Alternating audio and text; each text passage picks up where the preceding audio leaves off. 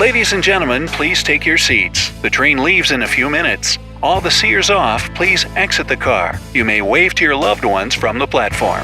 We hope you'll enjoy the trip. Drinks and snacks will be served soon. Get ready to travel through time. Our next stop is a medieval monastery in Modena.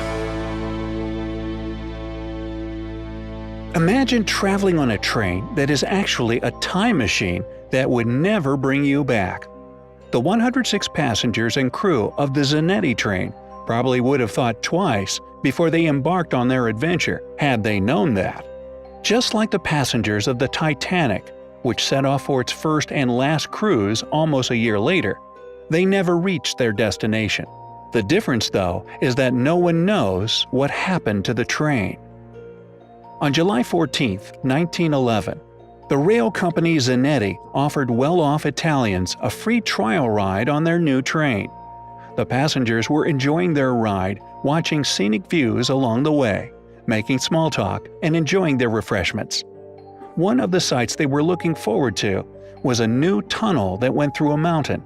It was one of the longest ever built at the time. And that's where the mystery begins. The train entered the half-mile-long tunnel in Lombardy Mountain and never came out, just disappeared. After the incident, the railway workers and police searched every square foot of it, but found no trace of the train. The tunnel itself was just a long tube. There was nowhere to go but to the other side, yet there was neither a train nor any signs of a crash there. However, there were two passengers found who had jumped off the train just before it vanished into the tunnel.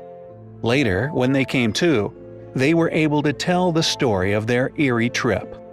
As the train approached the tunnel, black smoke came out of nowhere as well as a dense white fog. The train slowed down as it was nearing the entrance, and the fog began to envelop it.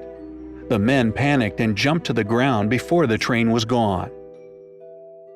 One of the survivors told an Italian newspaper about the incident.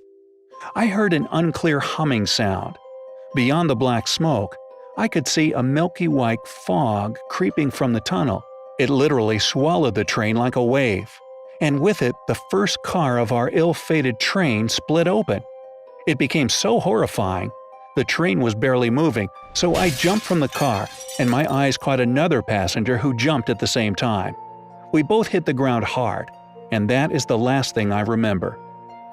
The injured men suffered from sleeping troubles and other stress disorders for a while. As for the train, it was never seen again. Word spread about the tunnel, and officials thought it was best to close it. Then, the notorious tunnel happened to get bombed during World War II, closing it off forever. No one could come up with a sound explanation for this strange disappearance. Dozens had witnessed the train leaving the station in Rome and entering the tunnel, but nobody saw it come out. But that's not the last time we'd hear about the mysterious train. There are records of medieval monks from Modena who saw a 3-car train with people in it. How could they conceive a huge iron machine puffing clouds of black smoke? A horse was the fastest means of transport at the time. Railroads hadn't been invented yet. Well, they thought it, along with the passengers who they described were clean-shaven and dressed in black. All must be the work of some evil forces. You can say that medieval monks made it up. But here's the thing. Their report was kept in the records of Castasolia, stored by the Sagino family, and one of the survivors of the train had the name Sagino. Then, in the 1840s, there's a report that the Zanetti passengers were seen in Mexico. A psychiatrist in a local hospital left notes saying that a group of 104 Italians were all admitted in a hysterical state. They were all dressed in strange clothes, obviously from a different place, and claimed they were traveling from Rome by a Zanetti train. One of the passengers actually had a cigarette box with a future date of 1907 on it. They say it is still kept in a Mexican museum.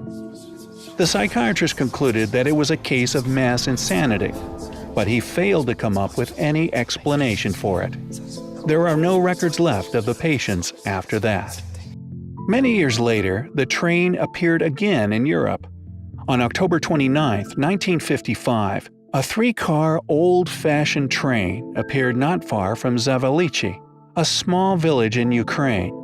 The signalman, Pyotr Ustimenko, saw it moving soundlessly. He reported that he had been on duty that night and suddenly saw a train that wasn't on the schedule. The train was heading without tracks to Gasford Mountain. He thought he was seeing things and rubbed his eyes, but there it was, with shut curtains, open doors, and an empty driver's cabin.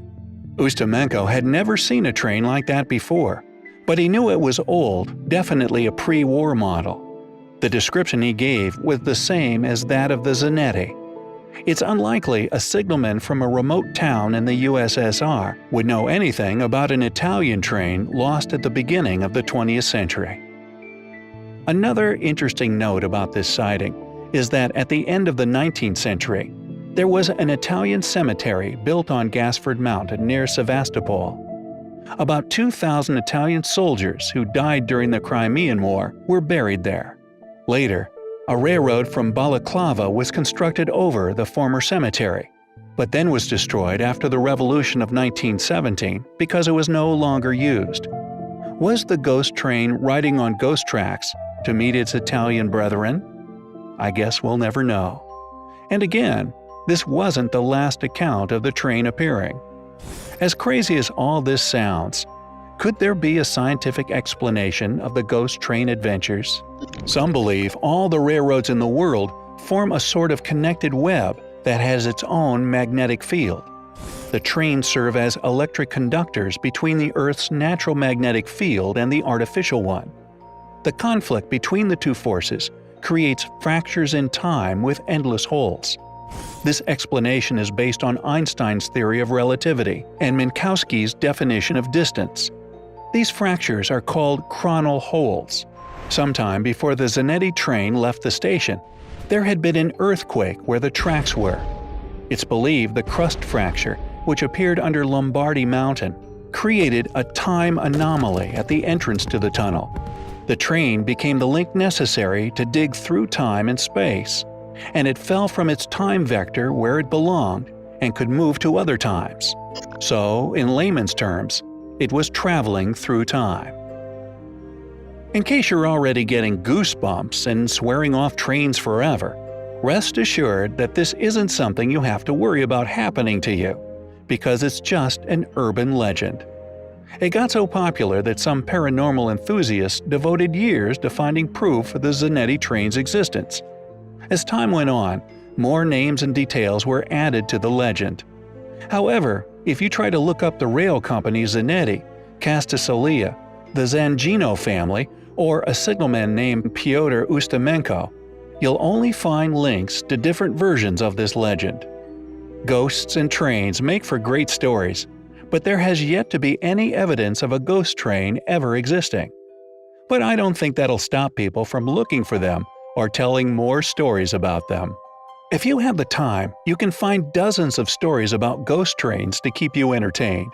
One of the most popular stories is a play written by Arnold Ripley in 1923, The Ghost Train, that was inspired by a creepy night he spent at a remote railway station. Sounds like a pretty good read. Now, do you know any other urban legends? Let me know down in the comments. If you learned something new today, then give this video a like and share it with a friend. But hey, don't go anywhere just yet. We have over 2,000 cool videos for you to check out. All you need to do is pick the left or right video, click on it, and have fun. Stay on the bright side of life.